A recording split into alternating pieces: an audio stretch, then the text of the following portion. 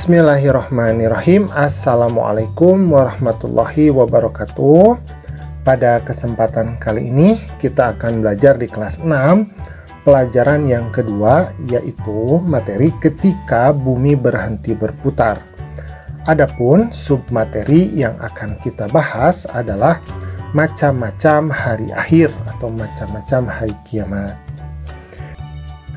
Nah, hari kiamat ini ada dua ya, seperti yang sudah kita jelaskan pada pertemuan selanjutnya, tapi kita akan menguatkan kembali.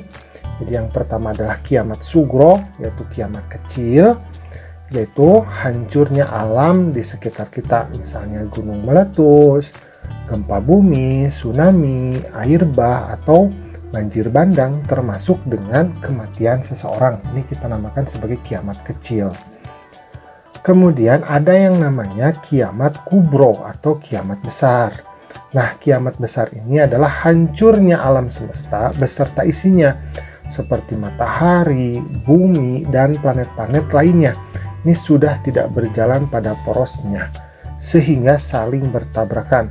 Bumi berguncang dahsyat dan tidak ada satupun makhluk pun di muka bumi ini yang mampu hidup. Jadi kiamat kubro itu adalah hancurnya seluruh alam semesta. Bukan hanya sistem tata surya kita saja, tetapi alam semesta termasuk galaksi ya, hancur semuanya. Nah, kita sekarang akan berbicara tentang nama-nama hari kiamat. Yang pertama adalah Yaumul Ba'ats. Nah, Yaumul Ba'ats ini adalah pada saat ketika malaikat Israfil meniup trompet sangkakalanya, maka seluruh makhluk itu kan akan hancur, kemudian akan mati. Kemudian ditiup kembali, maka ketika ditiup kembali ini yang kita namakan sebagai Yaumul Ba'ats atau hari kebangkitan, karena makhluk itu atau termasuk juga manusia itu akan dibangkitkan dari alam kubur ya, dari alam barzah. Kemudian Yaumul Hisab. Nah, maka makhluk-makhluk itu, manusia itu, mereka akan dihitung seluruh amalnya, amal baiknya maupun amal buruknya. Karena itu dinamakan juga hari kiamat itu Yaumul Hisab, karena seluruh amal itu akan diperhitungkan. Kemudian Yaumuddin. Nah, Yaumuddin itu maksudnya adalah, ini adalah hari pembalasan. Balasan baik bagi orang-orang yang beramal soleh, balasan buruk bagi orang-orang yang beramal buruk ya, atau beramal tidak baik dan tidak terpuji. Nah, dikatakan juga hari kiamat ini namanya Yaumul Hasrah atau hari penyesalan. Nah, tempat berkumpulnya ini dinamakan adalah padang mahsyar, dari kata hasyar. Nah, hasyar itu artinya penyesalan, jadi padang penyesalan atau padang mahsyar itu artinya padang penyesalan, karena orang-orang itu akan menyesal ketika dia hidup di dunia tidak dimanfaatkan dengan sebaik-baiknya untuk melakukan amal kebaikan. Kemudian dinamakan juga adalah Yaumut Tanad, yaitu hari saling memanggil. Orang tua memanggil anaknya, anak memanggil orang tuanya, tetapi mereka itu akan sibuk dengan urusan mereka masing-masing ya, karena ini adalah hari penentuan manusia, apakah dia termasuk kepada orang yang masuk ke dalam surga atau justru masuk ke dalam neraka. Nah, alhamdulillah pembelajaran kita pada kesempatan kali ini sudah selesai. Terima kasih ya sudah mau menyimak. Assalamualaikum.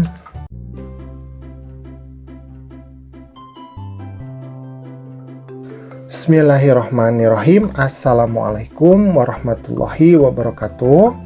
Pada kesempatan kali ini kita akan belajar di kelas 6 pelajaran yang kedua, yaitu ketika bumi berhenti berputar. Adapun submateri yang akan kita bahas adalah tanda-tanda hari akhir dan hikmah mempercayai hari akhir. Ada beberapa tanda dari hari akhir, tetapi yang perlu kita ketahui bahwa tidak ada seorang pun yang tahu kapan hari kiamat itu akan datang. Namun Allah Subhanahu wa Ta'ala ini telah memberitahukan tanda-tanda bahwa hari kiamat itu makin dekat melalui berbagai firman-Nya di dalam Al-Quran. Apa saja ya?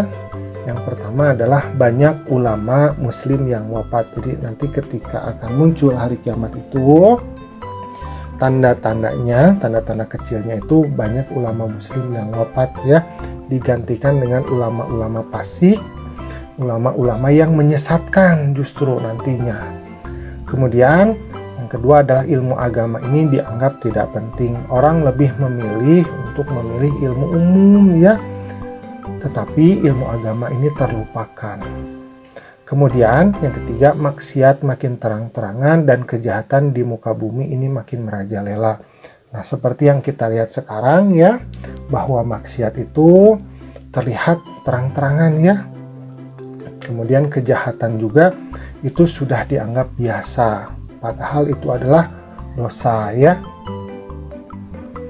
Kemudian yang keempat, banyak laki-laki yang perilakunya menyerupai perempuan atau sebaliknya, banyak perempuan yang menyerupai laki-laki.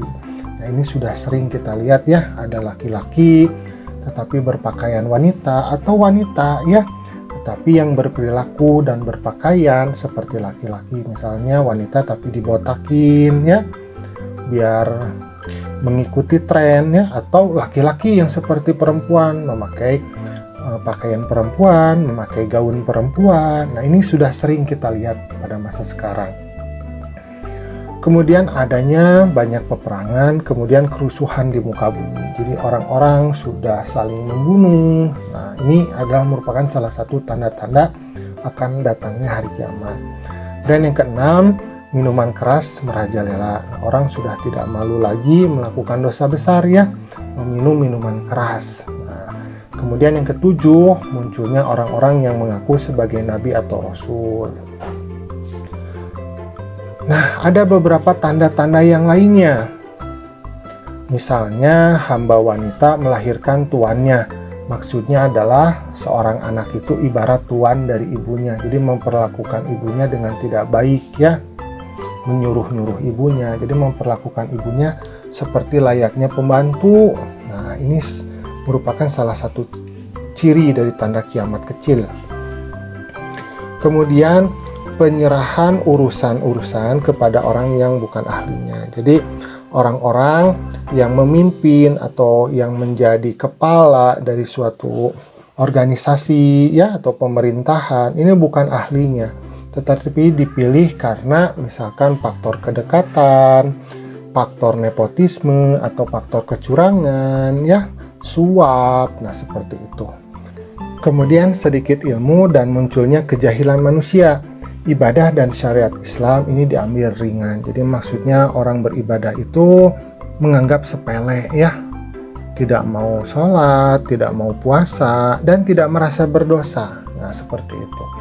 Kemudian banyak berlakunya pembunuhan di mana-mana. Nah, yang tadi itu adalah ciri-ciri kiamat kecil. Kemudian ada tanda-tanda kiamat besar. Jadi kiamat besar itu maksudnya adalah tanda-tanda bahwa kiamat itu sebentar lagi akan tiba. Yang pertama adalah munculnya Imam Mahdi. Jadi nanti di hari akhir itu akan datang Imam Mahdi yang memimpin umat Islam menuju kebenaran. Kemudian ada keluarnya Dajjal. Nah, Dajjal ini sebaliknya dari Imam Mahdi.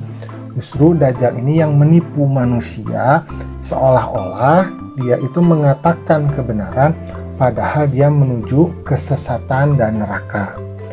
Kemudian Nabi Isa alaihi salam ini akan diturunkan oleh Allah kembali ke muka bumi. Jadi Nabi Isa itu pernah diangkat oleh Allah ke langit. Kemudian pada nanti ketika akan datang hari kiamat, Nabi Isa ini akan diturunkan oleh Allah kembali ke muka bumi. Kemudian adanya Ya'juj dan Ma'juj. Jadi ini adalah suatu bangsa yang kita tidak tahu seperti apa bentuknya, tetapi nanti dia akan berusaha untuk menghancurkan umat Islam. Kemudian gempa bumi yang semakin sering. Kemudian terbit matahari dari tempat terbenamnya. Kemudian keluarnya asap tebal, ya. Kemudian munculnya binatang melata di bumi, kemudian keluarnya api dari Yaman. Nah, ini adalah tanda-tanda besar kiamat yang mengatakan bahwa kiamat itu sebentar lagi akan tiba. Nah, kemudian ada beberapa hikmah dari iman kepada hari akhir. Yang pertama adalah kita bertambah yakin dengan kebesaran dan kekuasaan Allah.